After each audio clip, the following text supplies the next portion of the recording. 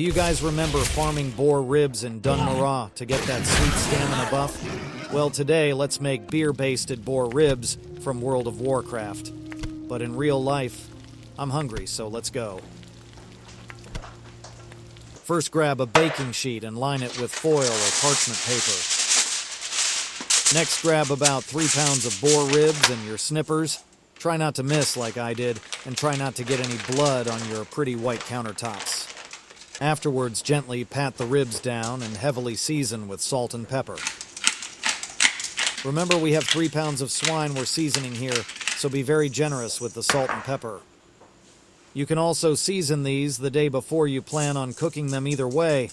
Pop these bad boys in a 275-degree oven while we make our homemade beer baste.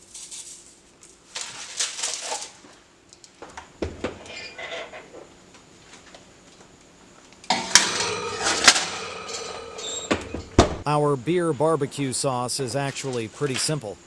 All we'll need is 2 shallots, 1 clove of garlic, 2 teaspoons of red curry paste, 2 tablespoons of molasses, 1 tablespoon of apple cider vinegar, 2 tablespoons of Hoare Chestershire sauce, 1 cup of tomato ketchup, and some oil, and a bottle of beer.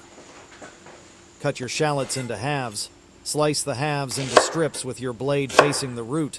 Then chop the strips into a small dice with your blade parallel to the root.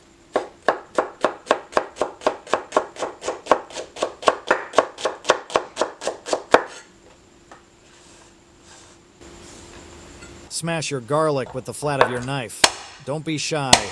Give it a hard whack. Then pass your knife through the garlic 4 or 5 times until the garlic is nice and coarse. The smaller you dice the garlic, the stronger the flavor will be. But we don't want it too small, because it will also burn faster.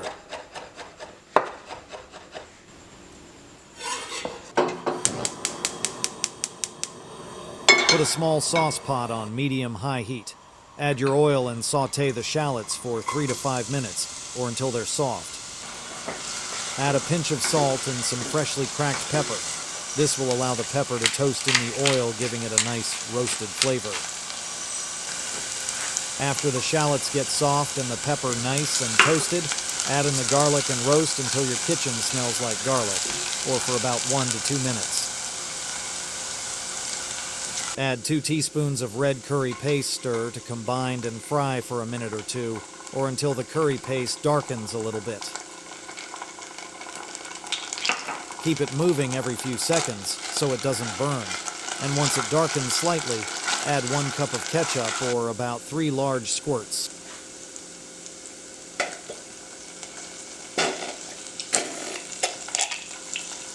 Sounds like an average night after vodka and Taco Bell with extra hot sauce at 2 a.m.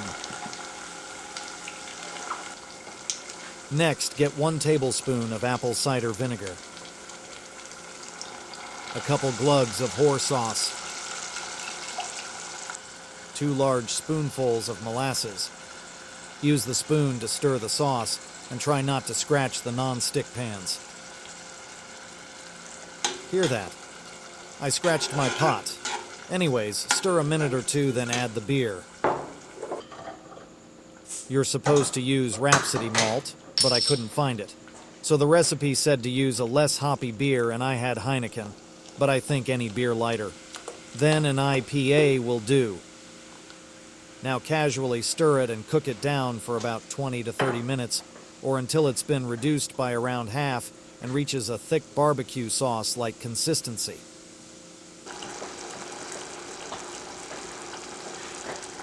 It's been bubbling for about 20 minutes now, and the sauce has thickened quite nicely. Give it a taste and adjust any seasonings, then it's done.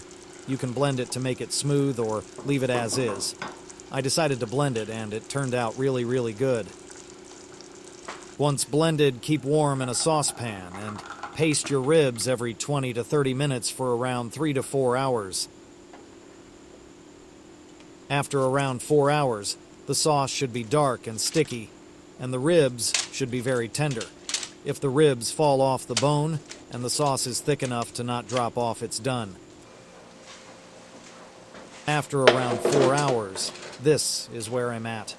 Cook for a minimum of 3 if you want your ribs to have some bite, but cook closer to 6 hours if you want them to fall off the bone. Let's give it an extra baste for good luck, then slice these ribs up.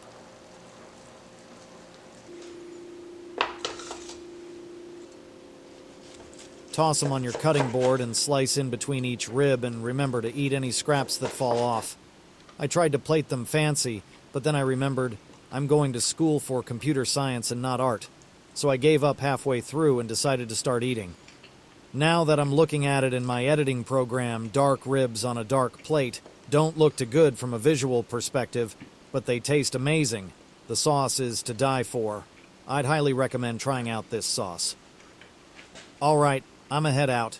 What recipes from World of Warcraft do you guys think I should try next? Like and subscribe for more. See you guys later.